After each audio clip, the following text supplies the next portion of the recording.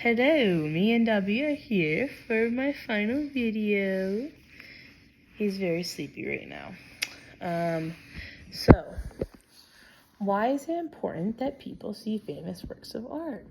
So, I think it's important that people see famous works of art is because it gives us an insight into what people were experiencing in that time in history. You look at the birth of Venus, right? And that was a huge rebellion against the Catholic and Christianity movement going during that time. And or you see like in the Renaissance era, and with the painting with Abraham going to sacrifice his son over at the he's gone now, at the Academia.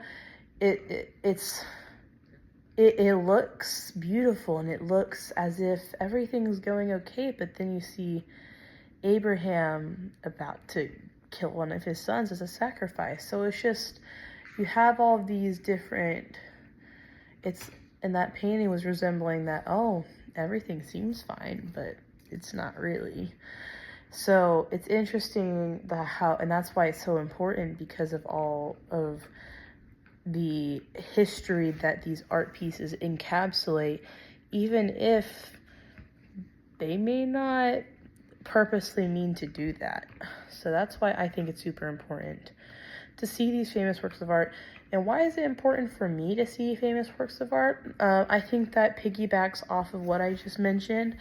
Also, for me, it really opens my mind up to other forms of expression. As a music major, it is really hard. It can be really difficult for me to understand other ways of self-expression. As someone who does compose and who plays my instrument pretty regularly as a major of music.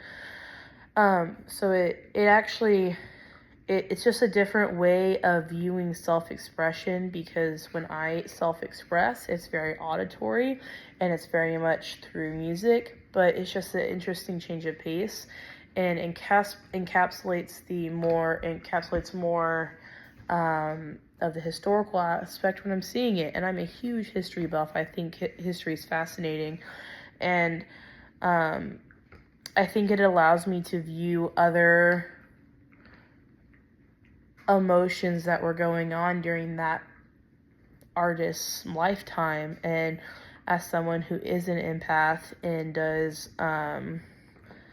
does connect with other people's emotions pretty frequently, it's really interesting to be able to experience that. And it just allows me to open up to different cultures and really immerse myself in those cultures. Next question. Considering all the people, costs, and resources that are being utilized to preserve the art that you saw, comment on what those actions say about the societies preserving their art. For example, there's museums at every corner, and this preservation started back with the Medici family. This, I'm thinking in Italy specifically. One of the big ones I can think of is the Medici family. They realized how important this artwork was, and they put all their money and resources into this artwork to preserve it, because at least the Medici family truly understood the importance of preserving all these artworks. And so many people in modern day and back in the early Middle Ages, when the Renaissance started, truly understood the importance and realized that how much history these pieces of art truly encapsulate. So I think it's interesting how serious and how huge the preservation of art over in Europe, and especially Italy, that I've noticed. This would have been my third country in Europe that I've been to. So from what I can see from Europe, Italy it's the birthplace of the Renaissance. So it truly has, its whole society has been revolved around the art and has been able to, and even the buildings are considered art, and so they take, there's so many laws and so many protection regarding the historical buildings that are there. And I think, and the next question was, how does that apply to the USA? And I think it's it's almost a 180. The only places that really have the natural preservation, that really have serious preservation of art, is in like the only place I can really think of is New York, like, because that's where all the Metropolitan Modern Art Museum is, and all the art that is in the U.S. is more of the modern art. There's nothing, because our country is only, 200 years old, 1700s? That's more than 200. I did really bad math. 300 years old? We don't have the same amount of historical art to protect and preserve. It's really only modern art, and not only that, I also don't have a whole lot of a whole lot of buildings and architecture to preserve. The only ones we have is the White House, the Pentagon, but that's not even for visitors. We only really have political buildings to protect and preserve that are considered the art of our architecture in America. Here, there's not as much of an emphasis on our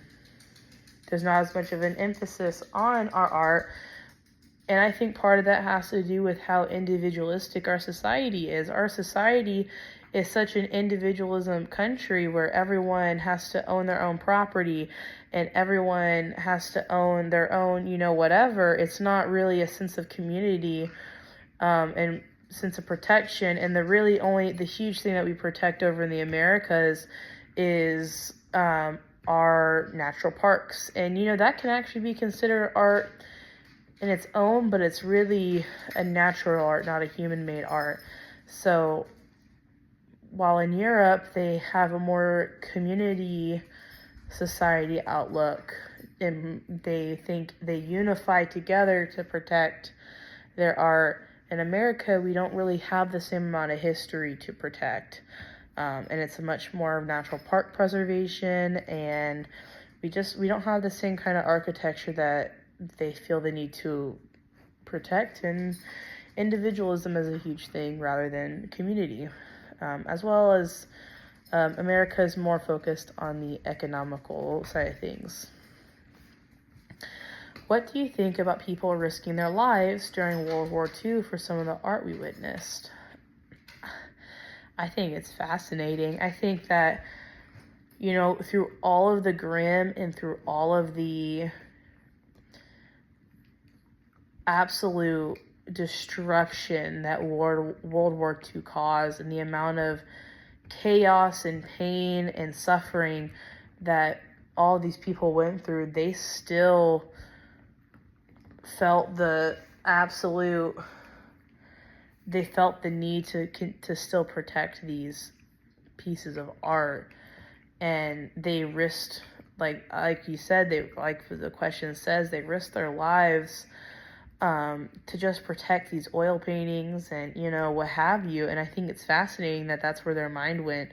And I think that's incredibly valuable and incredibly, not heroic, but it's something to definitely be congratulated and praised for, almost. Not praised, but prized for. Because if those people didn't exist, we wouldn't have these arts, and we wouldn't have these paintings to really help us understand what happened in history. Because art is a gateway into what was going on during that time. It's not just someone painting a picture; it's them painting what was going on during their time of life. So, for these people risking them, I say thank you. For the people who risked their lives during World War II, thank you for protecting our history, our European Western history, and helping us preserve these historical times and understand what happened during that time. Because we may not have a full understanding without these art pieces. Explain the moments you experienced wonder. This happened a lot. This really happened when I removed myself from tourist point of view and put myself in the locals. I had 2 instances where this really happened, where I can really think of it. The first one was in Rome, and this was actually when we went to a tourist location. When we went to the Colosseum and we went to the Roman Forum. I'm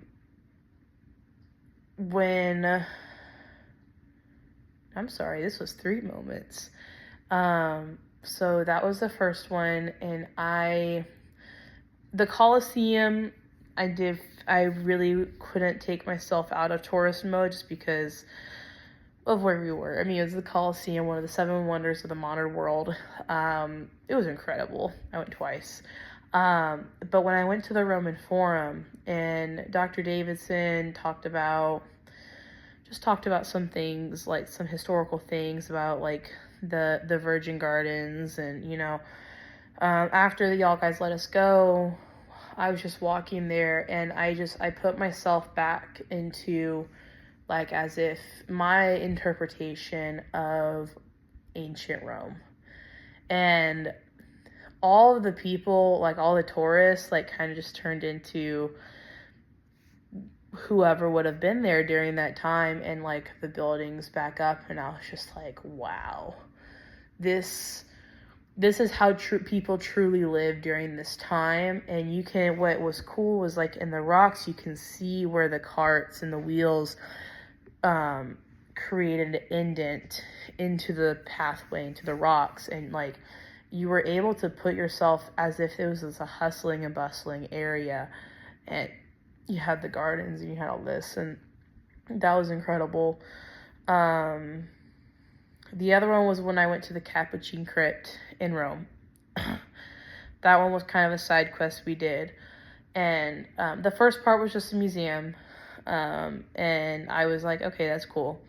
But when we went into the crypt, or it was like the church and the crypt, that's what it was, I was completely taken aback. In case y'all guys aren't aware, the Capuchin Crypt is a church that is completely decorated with over 3,700 human remains of the monks that worked there, and that worshiped there and gave their life to Christ. And all you saw was just these walls of bones decorated in a way called Memento Mori. That was their art medium, and it was used as a form of self-expression, used with remains that of humans.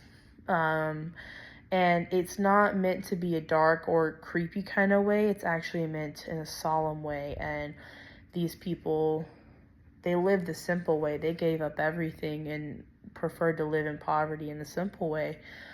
And the pictures that they used tailbones as wings. And one of the ones that really struck me was there was an hourglass with wings, and it resembled how time flies by.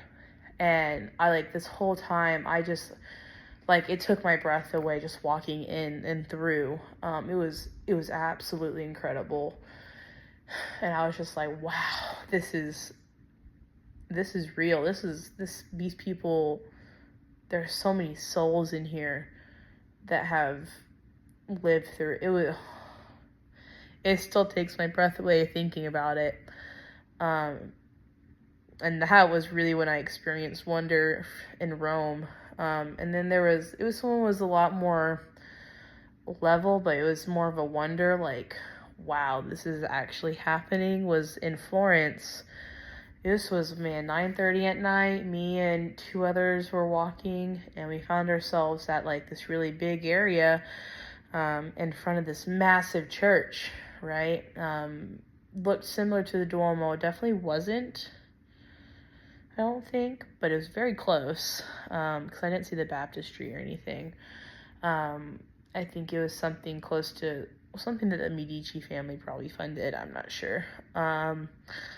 But we were there and we found a soccer ball, and this kid just ran up to us and started playing soccer with us. And this was a more lighthearted experience of wonder, but like we were playing soccer, having a blast, and it was just like, after we walked away, I had this moment of like, wow, these people just, like, they casually play soccer in front of these massive churches, and it's just a normal thing for them. It's just a normal thing that they experience. They don't have these, because like in the States, we don't have these kind of churches in history. But these kids were just laughing with us and playing soccer, and I was just like, wow, this is incredible. Like, they don't care who you are, they just want to play soccer with you. And the kid was running on goal, and it was so cool. And I was just like, this is incredible. So those were definitely, I know y'all guys said, moments. So those were 3 really big ones where I had a moment of wonder, and I have many more, but those were the ones that stuck out with me right here, right now. And lastly, how do you think this trip and your experience will affect your future self?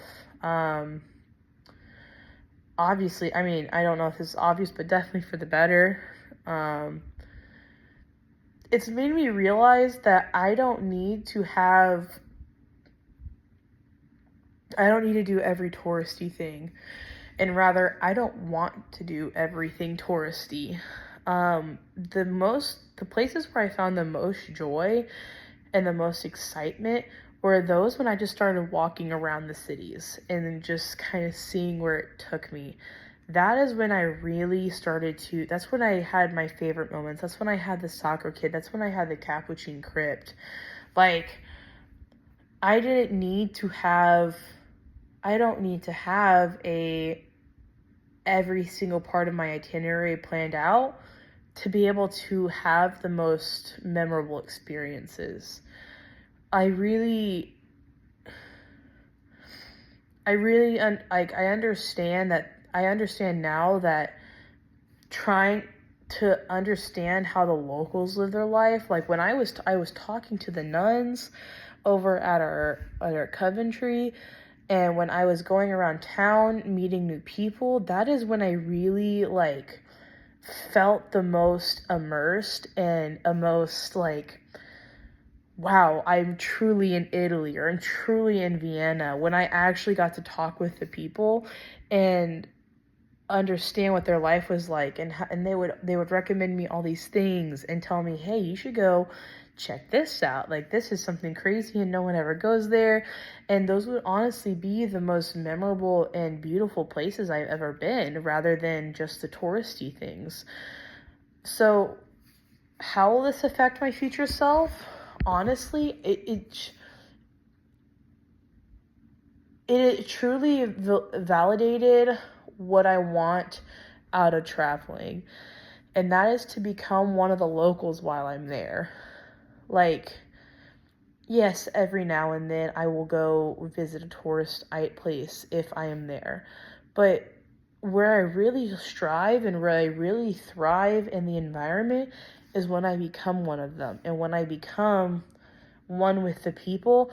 And I didn't really have issues with people not wanting to talk to me, because they understood that, like, I was actively trying to learn their language so I could understand. Literally, one of the last days when I was in Rome after the study abroad, I was talking to someone in Italian, and they were very surprised that I actually don't speak Italian. And he was helping me learn words when I was like, I don't know what this word is, how to say this. He was super excited to tell me how to say those words. So this affected me in a way that really opened my eyes up to the idea that, like, this just helped me open my eyes truly to like different cultures and experiences, and it helped me understand that obviously always keep your guard up and always watch your back, but like people are pretty chill, and people are pretty like they love it. They want you to understand their culture and to be a part of it. And that's something that I will hold on to for every other time that I travel, understanding that people are not upset when you want to understand their culture and their lifestyle. They actually get pretty excited. So yeah, that's kind of my final video. I don't know where Dobby went. I was gonna let you say bye, but yeah, I don't know where he went. Okay, bye.